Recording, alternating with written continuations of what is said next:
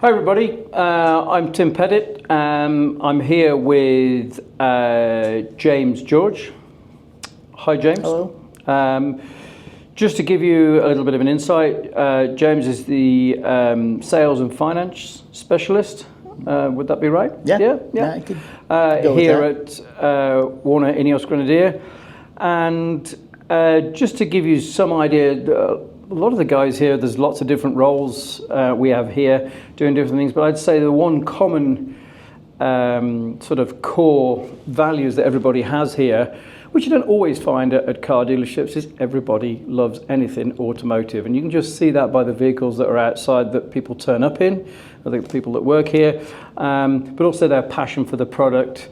Specifically the Ineos Grenadier, but other stuff as well. You know, we have a bunch of used cars. We've got some old Land Cruisers here, some old Land Rovers, and a few performance cars. Lots of different things that we have here, and people are pretty enthusiastic with the vehicles that we have for sale, but also the vehicles that they have themselves. And I always think as a car aficionado, it's always good to find out what people drive. It always tells you a little bit about their personality, you know. So, moving on from that, James, what's your main car? What do you drive? Well, my main car is a Ineos Grenadier. What a surprise! That was not supposed to be my main car. It was supposed to sit in the garage for when we went out into the dirt. Right. But yeah, that turned into my main car. It's just so much fun to drive. The handling, it just kind of checks all the boxes of what I like. But my other vehicles, I've got a fourth gen 4Runner with the V8, and that is kind of modded out for more of a Baja. That's pretty rare to have a 4Runner with a V8, right? Yeah. Well, I mean, they're out there. It's just, but there's not very many of them. No, they're all inline sixes, right? Yep. Yeah. And have you used that off-road? Yes, sir. Yeah, I've got some nice suspension set up on that. That was actually my off-road rig before I got my Grenadier. And then, so yeah, it's got Bilstein 8100s on it and 8112, so it can go across the whoops at a medium pace. Yep. Before that, I used my Toyota Sequoia for my off-road machine, which that has been modified. The front clip's been removed, and now is a Tundra TRD Pro on the front end. Because you can, right? Well, I didn't want a soccer mom car, and that's what the Toyota Sequoia looks like, and I wanted it to look like a manly car. Well, there you go. Now it's half truck, half SUV, and it works fantastic. Other than the suspension is IFS all the way around, so off-roading in that can be a lot more challenging at times because you're looking at the stars the majority of the time. Well, it's a double-edged sword, right? It's more comfortable, but you don't have the articulation. Yeah, so it's a little bit different on that. And then my fun car that I just want to get the adrenaline going, I've got a little S5 Audi that I've done some mods on that. Stage 3, I've got...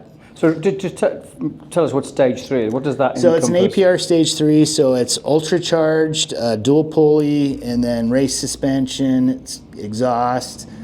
So they claim it's supposed to be putting down about 700 horse to the ground. I don't know if that's true or not, but 0 to 60 is supposed to be about 2.9. And again, I don't know if that's true because I haven't dynoed it or tested it. Too much and too fast, right? It puts a smile on my face, so that's the main thing. As long as it gets me smiling, I'm happy. Okay. So that's my on-road adrenaline junkie, and then my off-road machines. Right. I kind of set up the same way, just a different adrenaline fill. So in terms of your Sequoia, then let's go back to that. You said you wanted to look a bit more manly, but was that a big job changing over the front end? Is it the hood and the fenders and the bumper? It's from the front doors forward. It's just the shell of it. Right. Okay. So fortunately, all the components are bolt-on from the Tundra, minus the radiator. You have to chop the radiator and snub it up to get the Tundra components all the way on there. So that wasn't, it was the 4Runner that was your off-road rig, right? Correct. Well, I used my Sequoia before, but the Sequoia is just too big. Yeah. It doesn't fit on any trail. So, and then the 4Runner came in after that to those tighter places. Okay. Yeah.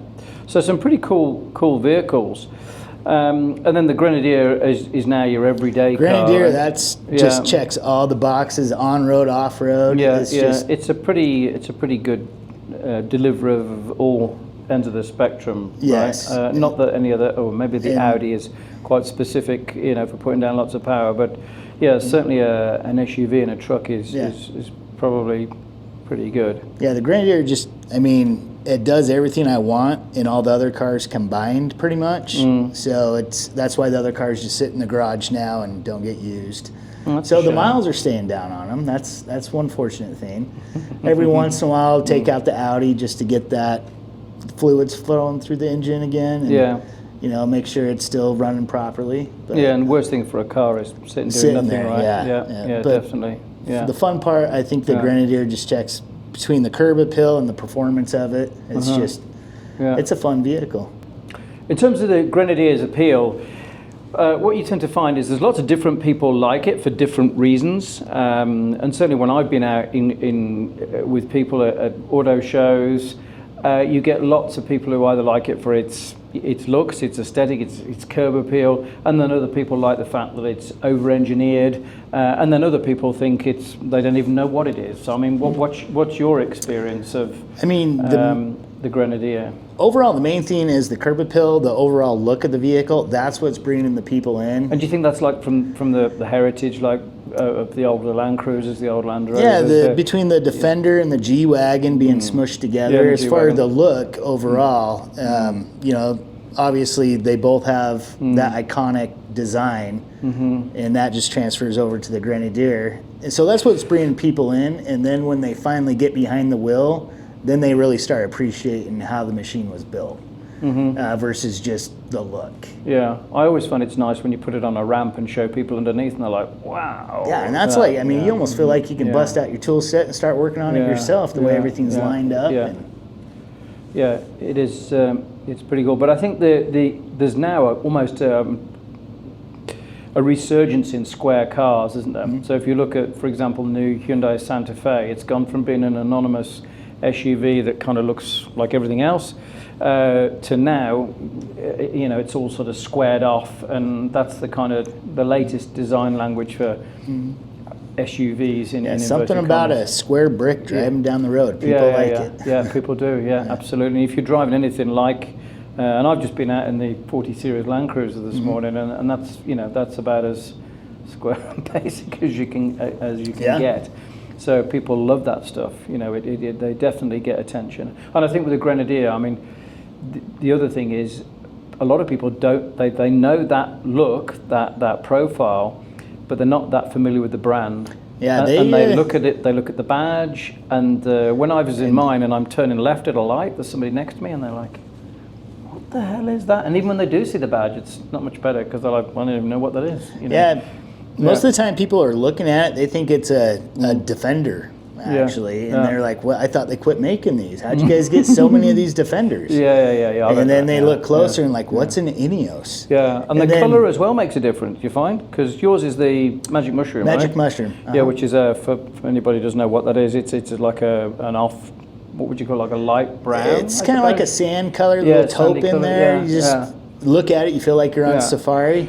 And I think when you have the Grenadier with the light colours, like the Magic Mushroom or the Scottish Whites, and you have the contrast with the wheel arches and the bumper, and especially if it's got the black steel wheels, it does look a bit old Land Cruiser, old Land Rover, right? But then if you get a darker coloured one, you know, say a Sealer Green, Inky Black, whatever, and the Sealer Green, by the way, is a dark green. And you put that with alloys on from certain angles, it definitely does have a kind of a G-Wagon, and it does. More of a G-Wagon. Hiding all the black accents into the paint. It absorbs it, doesn't it? Yeah. Yep. Then we get the clients wanting to put 20-inch wheels on it, making it even more G-Wagon-ish. Kind of defeating the purpose of the off-road part of it, but yeah, we get people trying to build them out however they want. And that's the cool thing about the Grenadier. I mean, I always describe it as it's a luxury tractor that's a Lego set. You can modify it to however your needs are going to be for the vehicle. Yeah. I mean, it's versatile anyway, right? But you can adapt it to do what you want.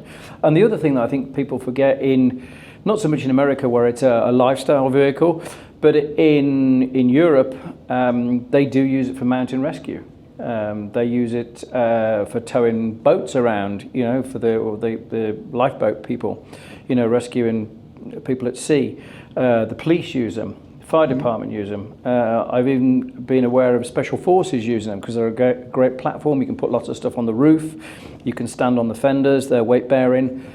So yeah, there's a lot of practical uses for it, as well as looking cool. And if you want to put 20-inch alloy wheels on it, then it's not my cup of tea. No, but, nor me. No, it's definitely not. Yeah, so that kind of changes things a little bit. Well, what we'll do, we're going to go downstairs and we'll have a quick look at James's Grenadier and show you some of the things he's done and some of the reasoning behind what he's done to his vehicle. Hi everybody, I'm with James in our sales area. We've just got James's vehicle inside. We've also got our helper here. This is Saga. Saga. He is he's very important. The mascot. He goes on all the trail runs with us. Yeah, he's doing a good job there. So this is James's Grenadier. I'm going to get James to just have a quick walk around. It's pretty stock, but talk us through your vehicle. What have you done to it, and why? Well, first off, it is the Magic Mushroom. Tim was asking earlier why I chose to go black on the hood. I did some accents in it because when we're on the trail, we have so many other vehicles in Magic Mushroom. I got tired of going to get in my vehicle and someone already sitting in my seat. So I had to figure out how I could determine which vehicle is mine walking to it and from behind. So I did the black on the nose, the top, and then the back door. The small door is in black as well. Yeah, it looks good. Yes, a nice contrast. I mean, sometimes that you find this on race cars where they do it to stop the reflections, right? Yeah, and it does well for the reflection too. Stopping it reflecting. Talks about the suspension, tires. So tires, I jumped up to 33.4 inches. That is pretty much the highest you can go without doing a shift bracket on the back door. And then I went ahead and added the Victus suspension on there, which is the 4x4 Projet, however you want to pronounce it. With the tires, it automatically gained about 1.5 inches of clearance, and then with the suspension on there, it bumped it up another inch. I like to keep it low center of gravity when I'm off-roading versus putting it way up in the air. It kind of throws the balance off when you're doing that.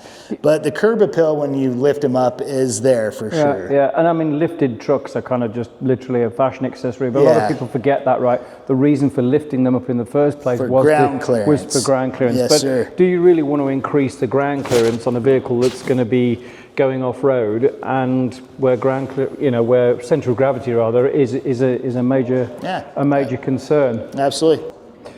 So continuing around to the back of James's Grenadier, you can see, as we said, we've got the wrap on the back door, but uniquely, James, come and show us what the setup you've got here in the back. I chose to go with the Latec drawer system for the fact that it's exactly 7.5 inches tall, which when the back seat's folded down, it's 7.5 inch gap. So it's now a flat surface all the way through.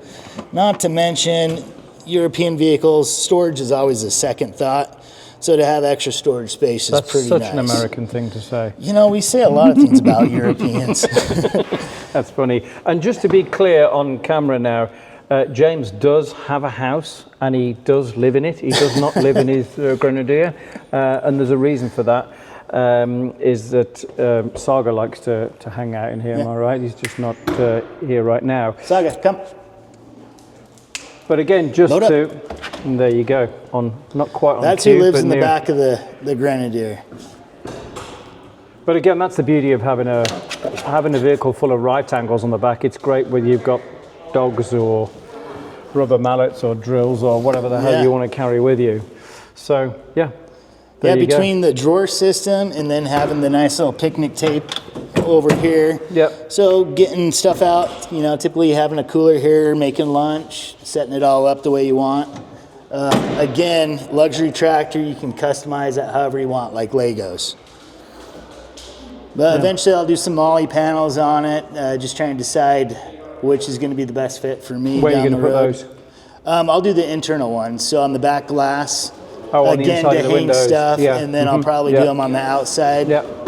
And the fact that you're using it effectively like a van in the back is probably, and Americans forget, these things are, like I said upstairs, that they sell a commercial variant without any back seats, which is essentially what you've got, here, and with some seats where they're slightly further forward to improve the cargo area. Yeah, and if I do have people riding with me, the back seats just fold up, and he's just got a little less space to play around in. Do you ever let him drive? He's tried a couple times. Yeah. He didn't. The opposable thumb thing really got him. It gets him, yeah. Just before we end, remind me what breeds in plural. He is a Belgian Malinois wire doodle. What a hell of a mix-up. Too many brain dogs in one. Yeah. He's definitely got it going on, hasn't he? Yeah, he's there you go. He thinks he's pretty full of himself. All right. Well, from me, Tim and James and Saga, thanks very much for watching, and we'll see you on the next one. Okay, everybody, thanks for watching. Please remember to like, share and subscribe. If you need any information about this Grenadier or any other Grenadiers, or you want some information about how to modify or to spec your Grenadier, you can speak to James here at Warner Ineos Grenadier.